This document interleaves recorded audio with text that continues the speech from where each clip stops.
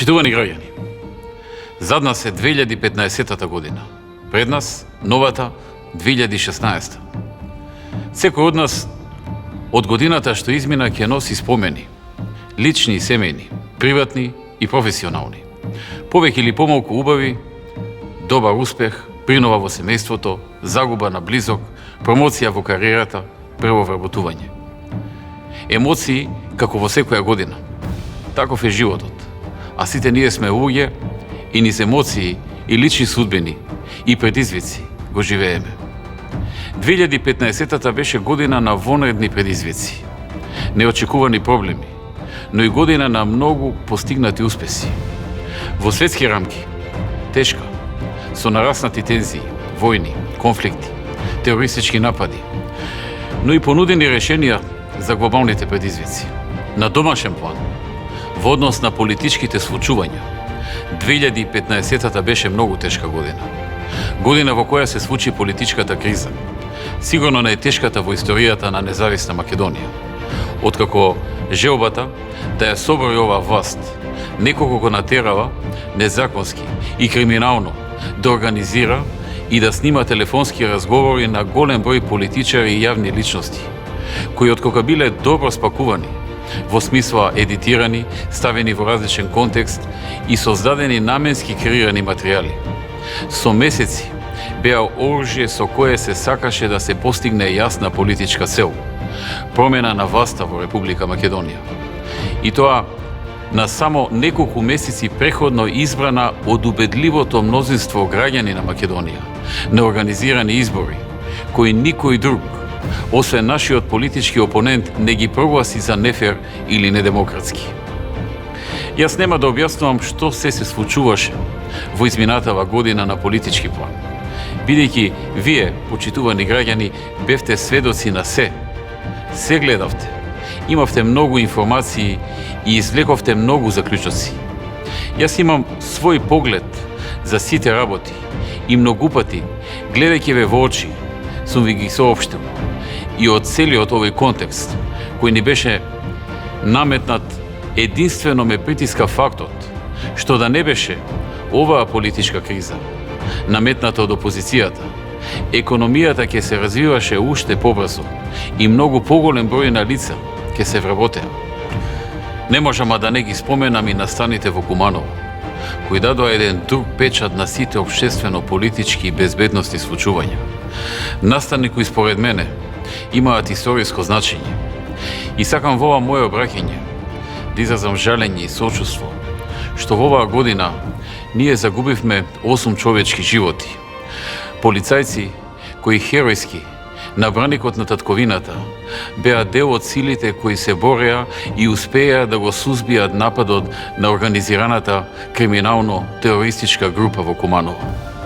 Тие 8 полицајци Македонија вечно ќе ги памети и ќе ги уважува на единствениот начин на кој што заслужуваат, како херои. За овој темен политички контекст и сите пропратни манипулации и случувања во оваа година, нема да одам во детали во денешното обраќање до вас. Вие живеевте таа година.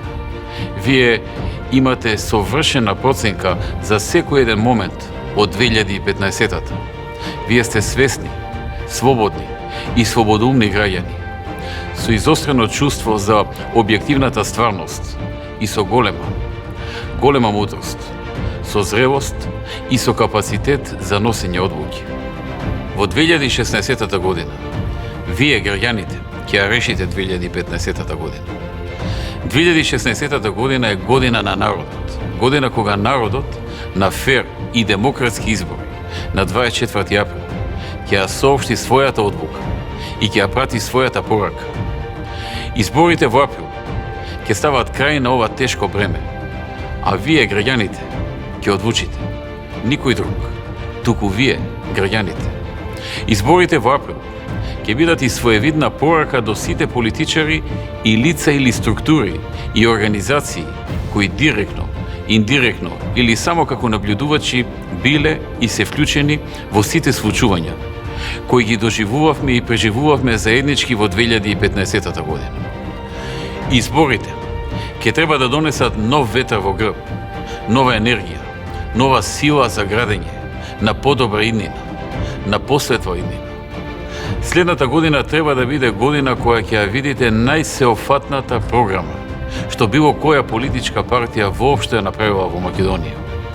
Понуда која ќе значи подобар живот, повеќе проекти, мерки, реформи, дела, посветла, сигурна, предвидлива иднина. Во овие празнични денови, посакувајќи им и на опозицијата, добро здравје и среќа во семејствата во престојната 2016 година. Сакам да ги повикам да не бегаат од народот и достоинствено да го потврдат своето учество на изборите и да се придржуваат кон преземените обврски, затоа што на народот му е прекугвава од натегања, конфликтности и сузири. Народот од нас бара решенија за нивните секојдневни проблеми. Изборите во април ќе бидат фер и демократски. И сите ние треба да направиме максимум тоа да биде така. Реформираниот закон за избори за прв пат ќе биде применет. Тој, помеѓу останатото, предвидува одсека па на сите наредни парламентарни избори, премиерот, ако повторно излегува на изборите, да се повлече од функцијата во еден кус период пред изборите, со цел да се осигура дека со тоа што нема да е во извршната функција, нема да има никаква предност во добивањето на довербата на гласачите. Јас прв ја поддржувам оваа реформа, затоа што верувам во својот народ и не сакам да дозволам алиби на било кого за да избега од соочувањето со народот. Сето ова досега е во делот на политиката, но ние сме најсилни во делот на економијата и сакам да ве уверам дека најголем фокус и во иднина ќе имаме на економијата и обезбедувањето на подобар живот на граѓаните. Досега, како резултат на заедничкиот труд, Светската банка на ново објавената ранг листа обзнани дека Македонија е 12-та најдобра држава во светот и 6-та најдобра држава во Европа во однос на добрите услови за водење бизнис. Кога дојдовме во владата, бевме рангирани дури на 94-тото место во светот. Подобрените услови за водење бизнис ни ја олеснија работата во привлекувањето на странски инвестиции. Но, ние во 2015-та силно се осврнавме и на домашните фирми, преку многу преземени мирки, а една од нив вреди посебно да се спомне. Тоа е проектот Македонија вработува, со кој на сите фирми во Македонија им се дадоа исклучителни финансиски поволности за да вработуваат нови работници. Ми представува особено задоволство фактот дека во 2015-та остваривме нова рекордно ниска стапка на невработеност, која заклучно со септември е 25,5%. Никогаш не била пониска.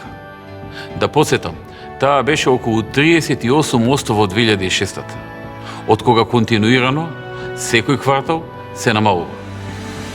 Имаме уште работа на овој план, но можеме комотно да кажеме дека сме на добар пат. Во 2006-та, при доаѓањето во владата, бројот на лица кои имале работа во Македонија беше 560.000 луѓе. Сега тој број е над 710.000 луѓе кои работат. Со нашите економски политики и посветеност сме успеале да овозможиме отворање на нови над 150.000 работни места, а тоа се 150.000 нови плати за граѓаните кои порано не работеле, а сега работат. Државниот долг на земјата не се зголеми, туку се намали од 39 на 36% од бруто домашниот производ и сме четврта најниско задолжена земја во Европа, според Евростат. Позитивниот тренд во економијата, особено на полето на инвестициите, ќе продолжи и во 2016-та, за кога е проектиран раст од 4% од бруто домашниот производ и на тамошно намалување на невработеноста. На крајот на 2014 година ветив дека во 2015 година ќе има најмалку 25 нови компании кои ќе објават одлука за инвестирање во Македонија, што се оствари и се надмина. И тој број изнесува 30 компании кои одлучија да инвестираат и јавно ги објавија одлуките. Сега можам да ветам дека во 2016 најмалку 35 нови компании ќе донесат одлуки за инвестирање и ќе ги објават.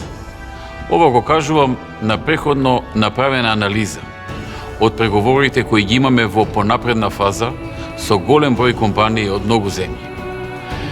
Американската Delphi одлучи да инвестира во зоната во Скопје и да вработи 500 луѓе. По успехот во Штип, Johnson Controls објави дека отвара нов капацитет во Струмица, кој ќе отвори нови 1500 работни места. И германскиот Костал официјално почна со инвестицијата од 50 милиони евра и со првите од 1000 вработувања кои треба да ги оствари. Американската Key Safety Systems започна со градба на својот објект во Кичево, а треба да ја заврши градбата до јуни 2016. Почна со работа и италијанската Diatec, MacDia, со која треба да се вработат 200 луѓе. Техника Текстайл во Штип ја изгради фабриката, во која треба да се вработат вкупно 1000 луѓе. Технохозе ја реализираше својата втора инвестиција во зоната во Скопје, каде ги започна вработувањата. А Гентерм е во напредна фаза на градба на својата фабрика во Прилеп. Со план за нови 3000 работни места во Тетово е инвестицијата од 15 милиони евра на американската корпорација Lear. Германската Маккарт ја заврши инвестицијата во Велес, вредна 35 милиони евра. Во новиот капацитет ќе се вработат 600 луѓе, а планираат и проширување на капацитетите. Холандската компанија Антура го отвори својот нов капацитет во Кочани со план за 300 вработувања. Германската Акомпласт објави дека во јануари почнува изградбата на фабриката, а почетокот на производството се очекува во април-мај 2016 година. Американскиот Капкон во Скопје ја отвори новата фабрика за инфлатори за воздушни перничења, со која ќе бидат отворени вкупно 400 работни места. Во привремениот објект започна со работа втората фабрика на Амфенол во Кочани, со што се вработија 650 лица. А со другите производствени дивизии, нивната намера е да дојдат до 3500 вработувања. Италијанскиот Кондево инвестира околу 30 милиони евра и гради објект кој треба да вработи над 250 невработени, а истовремено се гради и новата фабрика на германската компанија ODV Electric, која ќе се изгради до јуни 2016 и ќе се вработат 1000 невработени од Охрид и Струга. Се потпиша и договорот со Монтанте Груп од Италија, со кој ќе се вработат 400 лица. Истовремено, за прв пат, две домашни компании, добавувачи на познати светски брендови, објавија дека ќе инвестираат во технолошко-индустријските развојни зони. Тоа е компанијата High-Tech и компанијата TT+, кои заедно треба да вработат 500 невработени лица. Судејќи по тоа со колку компании сме во финална фаза на преговори, очекувам уште поголем број на нови фабрики во 2016 кои ќе отворат нови работни места. Еве, например, во јануари очекувам објава на инвестиција во Велес, која со рестартирање на еден постоечки објект ќе отвори 1000 нови работни места, проект на кој подолго работиме.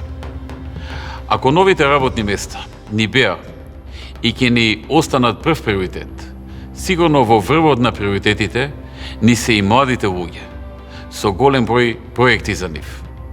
Сепак, еден проект кој неодамна го објавивме, очекувам во 2016 да почне да се реализира, а тоа е проектот Купи куќа за млади. Тоа е проект кој очекувам на илјадници млади луѓе до 35 години во наредните години да им помогне да си обезбедат куќа под исклучително поволни услови со поддршка на државата. Во здравството имавме повторно многу нови вложувања и ќе имаме уште повеќе во 2016. Се изгради новата болница во Козле. Се изгради новиот простор за државната кардиохирургија, а ПЕТ центарот е при крај. Градбата на новиот клинички центар се одолжи, но конечно се бара изведувач и во 2016-та ќе почне градбата на овој капитален проект. Исто како и клиничката болница во Штип, за која се одбра изведувач. Почнаа голем број темелни реконструкции на болници, како во Битова, во Прилеп и Свети Еразмо во Охрид. Следува и реконструкцијата на болницата во Струмица и градбата на ургентниот центар во Куманово, двете во март 2016-та, како и реконструкцијата на клиничката болница Свети Наум Охридски во Скопје. Во теке и градбата на болницата во Кичево. Се реши проблемот со лековите за лица со ретки болести. Се воведува поливалентните вакцини, а се подготвува и отворање на Центар за трансплантации во 2016-та. Во 2015 година пораснаа пензиите на пензионерите за 5%, а ќе следи и таков раст во 2016-та, како и раст на минималната плата согласно ветеното.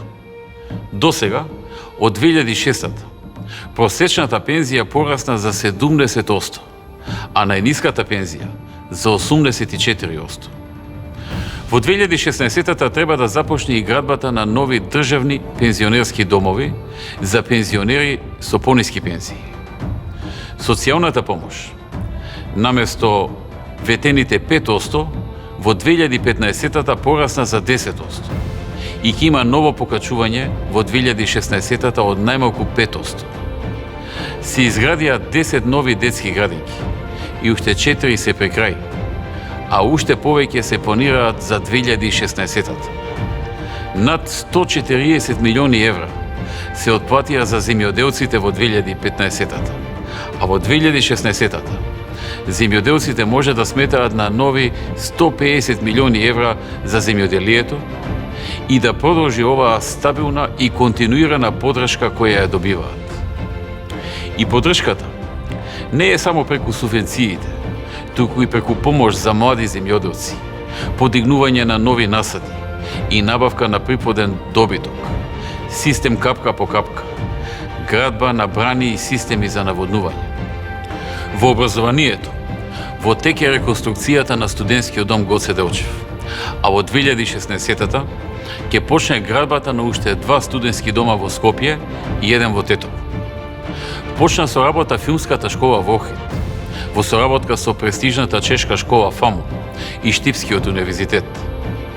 Почна и градбата на објекти на 2 нови факултети, на Финки и Факултетот за физичка култура. Формиравме и нов универзитет, Мајка Тереза, кој ќе биде на македонски, албански и англиски јазик и ќе представува нов квалитет во високото образование во Македонија. Истовремено, планираме Воената академија, која ја возобновивме, да прерасне во нов универзитет за национална безбедност, во чиј склоп ќе работат повеќе факултети. Прашањето со зајакнувањето на квалитетот на високото образование, како и минималните стандарди во делот на научните трудови на наставниот кадар, остана тема на која треба да се обрне повеќе внимание во 2016-та. Тече градбата согласно планот на 3 автопати во Македонија. Речиси готова и реконструкцијата на автопатот Веле-Скопје, а во 2016-та ќе се реконструира автопатскиот дел Смоквица-Гевгелија и Куманово-Скопје. Во 2015-та започнавме со реконструкција на 13 регионални и магистрални патишта во должина од 170 км. Во 2016-та започнува градба на неколку експресни патишта со 4 ленти, за кои веќе се обезбеди и се потпиша финансиска конструкција. Тоа се Штип-Кочани, Штип-Радовиш, Ранковце-Крива Паланка, Охрид-Пештани и Градско-Прилеп. Плюс ќе започнеме и реконструкција на други 6 регионални патишта. Се гради и пругата кон Бугарија и од Битова кон Грција, а се прави проект за пруга од Кичево кон Албанија. Се одвива проектот за реконструкција на железничките станици, а набавивме и нови 6 патнички композиции и нови товарни вагони. Ова се милионски проекти кои се инвестираат во македонската економија. Проекти, проекти и проекти, Тоа е нашата работа.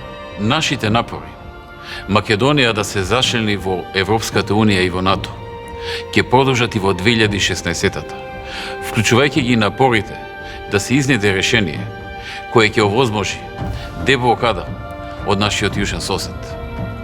Мигрантската криза во 2016-та ќе продолжи да биде сериозен предизвик и на неа ќе треба да останеме фокусирани.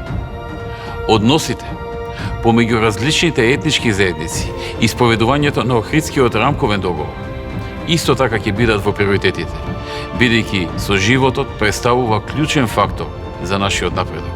Не чека година кога многу работи ќе станат појасни, а Македонија ќе излезе од заложништвото и ќе застане гордо и достоинствено на патот кон напредокот. Ќе биде тешко, не верувам дека сите проблеми ќе ги решиме, но гарантирам дека ќе работиме повеќе со цело срце и подобро од било кој друг. Ќе одиме напред.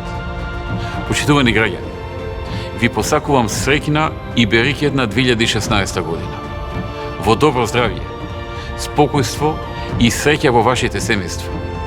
Со заеднички сили да го продолжиме напредокот и развојот на Македонија. Ви посакувам личен успех во вашите зацртани цели, а вашиот индивидуален успех земен севкупно ќе биде и успех и гордост на целата наша држава.